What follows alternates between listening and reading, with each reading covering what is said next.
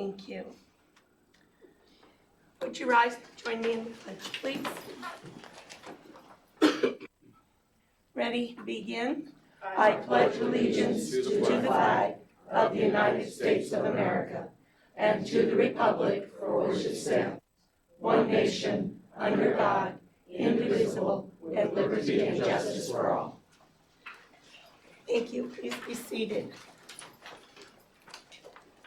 Could I have a motion to approve the agenda, please? So moved. Second. All those in favor? Aye. Opposed? Abstentions. Item number 5, student presentations. Mrs. Jaggi, I'm going to turn it over to you. Okay. I'd first like to introduce you to our robotics advisor, Ms. Danielle Ivancic, and she'll present her students. Hi, I'm Danielle Ivancic. This is my first year here at TPAA, and I teach high school STEM in the Project Leapaway classes. This is the robotics team, just a few of them. We've got over 20 on the team.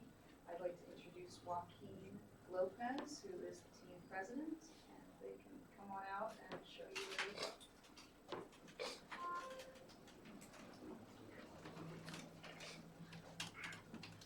So we're not gonna have we're just gonna have a static display because it moves a little too fast to like drive around this room. We can't really shoot because it'll probably break one of the panels. But I can go ahead and extend this. So like previous years, this year we didn't have a deadline. Usually we have a 6-week deadline. We still kept the deadline ourselves because, as you guys probably know, it's good to have deadlines still to keep your projects on task. So week by week we have different projects that we have to finish. For example, we say we want to finish the drivetrain, we want to finish the intake, we want to finish the shooter by these times. And you know, we managed to finish it in time thanks to all of our members. I'll hand it off to Manuel to explain the game for this year. He's one of our freshmen. Hello. Every year we get a different game, but this year we have 3 objectives. To shoot in the outer port, it's I don't know explain. So it's almost as tall as me, or like taller. And there's an inner port where you shoot this ball, and like this right here, it shoots it into a port where you can get different points, and there's different times that you can do it. So, for example, there's different tasks and objectives. Yeah. So for autonomous, it is program coding.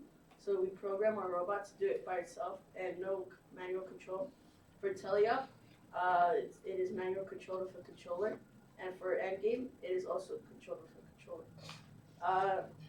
Well, for the game, we have to shoot these balls into ports and get different points depends on the ports that we get. And for endgame, we have to climb onto a pole, and depends how many of our robots climb onto the pole and how many points we get. And so then for the robot, you want to come over here and help me explain your job? So this right here is our This right here is our intake. This is what we use to get the balls, and from here it travels across this wheels, which brings it up to our shooter, which shoots the ball into, as Manny explained, our inner outer ports. And we have a climber, but we just haven't added it onto it yet. And yeah. So I don't know if you guys have seen our shop, but we machined all this in-house.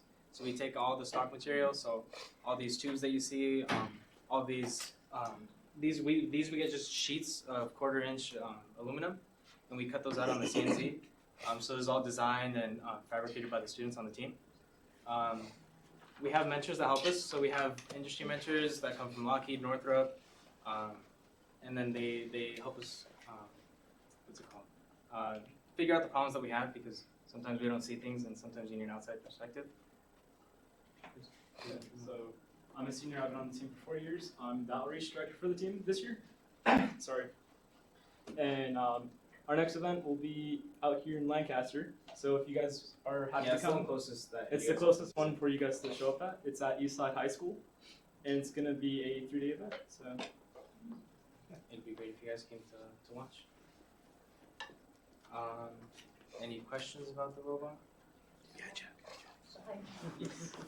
What accomplishment are you most proud of for your team this season? I think, like, just in general. Yeah, anything. I'm really proud of the freshmen because I think we have a pretty good sized freshman class, and I've seen them really step up since the summer. So they came to our Magic Robots event. So it's where we host the event where we have all the 4th to 8th graders come and build Vex robots. So they came and showed up, they mentored. A lot of this they've helped us build, so it wasn't like last year, it wasn't a lot of upperclassmen building it, it was more delegating towards the freshmen. And we've seen them grow, so I'm most proud of our freshmen.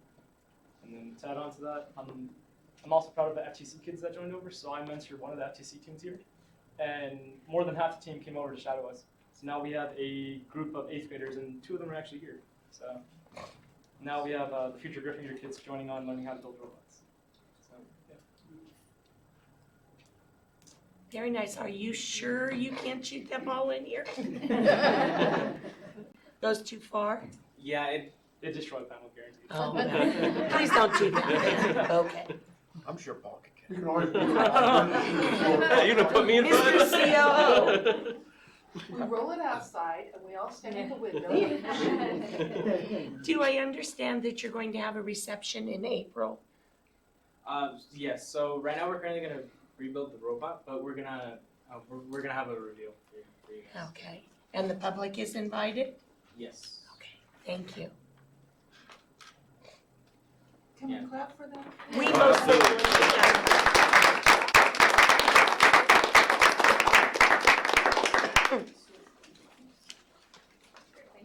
Thank you very much. I was at Newbury Park a weekend or 2 ago when they competed there, and that ball shoots taller than the ceiling. Oh, my. And they have like 10 of them in a row, and it goes like this, and it goes through this thing where they get the points that they're describing, but it is pretty powerful and it is pretty high. So Okay. it was nice that they didn't want to destroy our ceiling. I appreciate that. Our second student presentation has to do with a love of mine for many, many years, and that is our avid students. We have Sue Brock's here, who will do the introduction. You're not gonna shoot anything. I'm sorry, that's a real hard act to follow. I said, please let us be first. I'd like to introduce Karen Garcia and Amara to tell you a little about the Avid Road Trip. I'll stand right here so I'm facing everybody. All right, so hello, my name is Karen Garcia. I'm a senior. I've been an Avid for 3 years, and 2 years ago was my first year. A friend and I came up with the idea of visiting Stanford. We thought it was kind of like a crazy idea. We didn't know if it'd be likely to happen, but we brought the idea up to our teacher, Miss Brax. She gave us her full support. Surprisingly, we didn't know if we'd even get a maybe, but she did. She gave us her full support. And so, but the only catch was we had to organize everything ourselves. But we said, you know what? We're up for the challenge. Let's do it. So we organized the whole thing. We came up with an itinerary, schedule, came up with what schools we wanted to visit, how much everything would cost. I added up how many miles it was from here to Berkeley, which is our farthest school. And I divided it, that came up with the cost for the gas. It was a lot, but I knew that I was aware of the bigger picture. So Avid serves minority students, low-income students. I am both.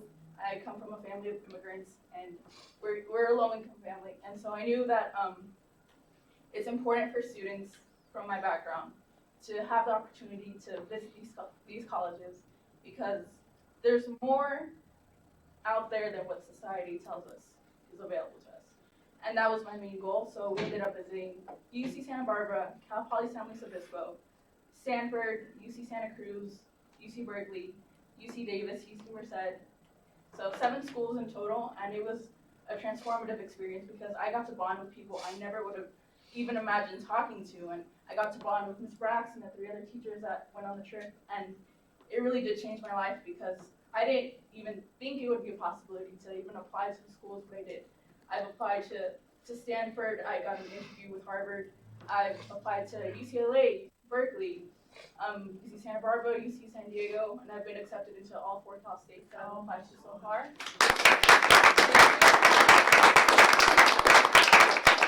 So I'm still waiting for more, but I know that that probably wouldn't have been possible had I not taken the chance to pursue this wild idea. And it was a lot of hard work, but I'm really looking forward to future avid students having the opportunity to do this one, because I know for sure it will change your life. And I know Amara and other students, avid students, will put in all the effort, go above and beyond, learning from our experiences to do an even better trip. Hi, my name is Amara Osegueda, and I'm a 10th grader, and I've been an avid for 2 years. Thanks to Karen Garcia and her story on the road trip and her experience, it influenced us, our new avid members, to be able to try achieve that goal that she was able to achieve on the road trip.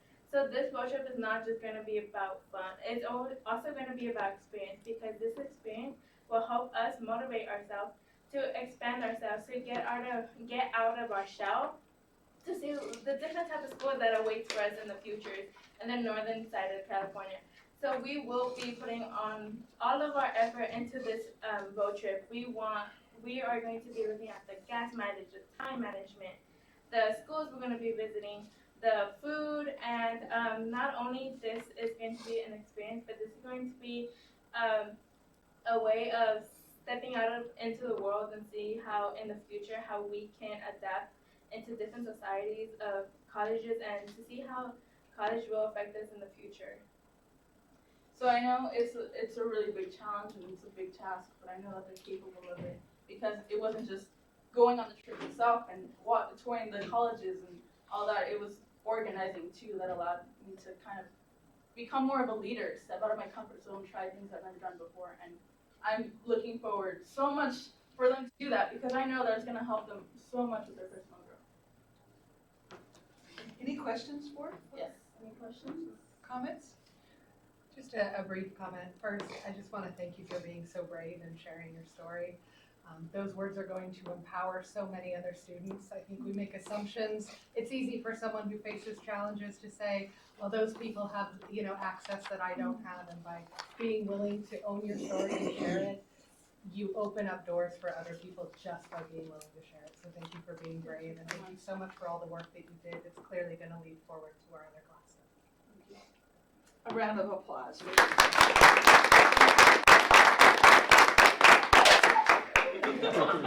I'm so sorry. Thank you, ladies.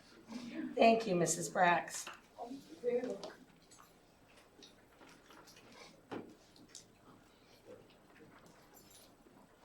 Item number 6, Director of Public Relations and Philanthropy report.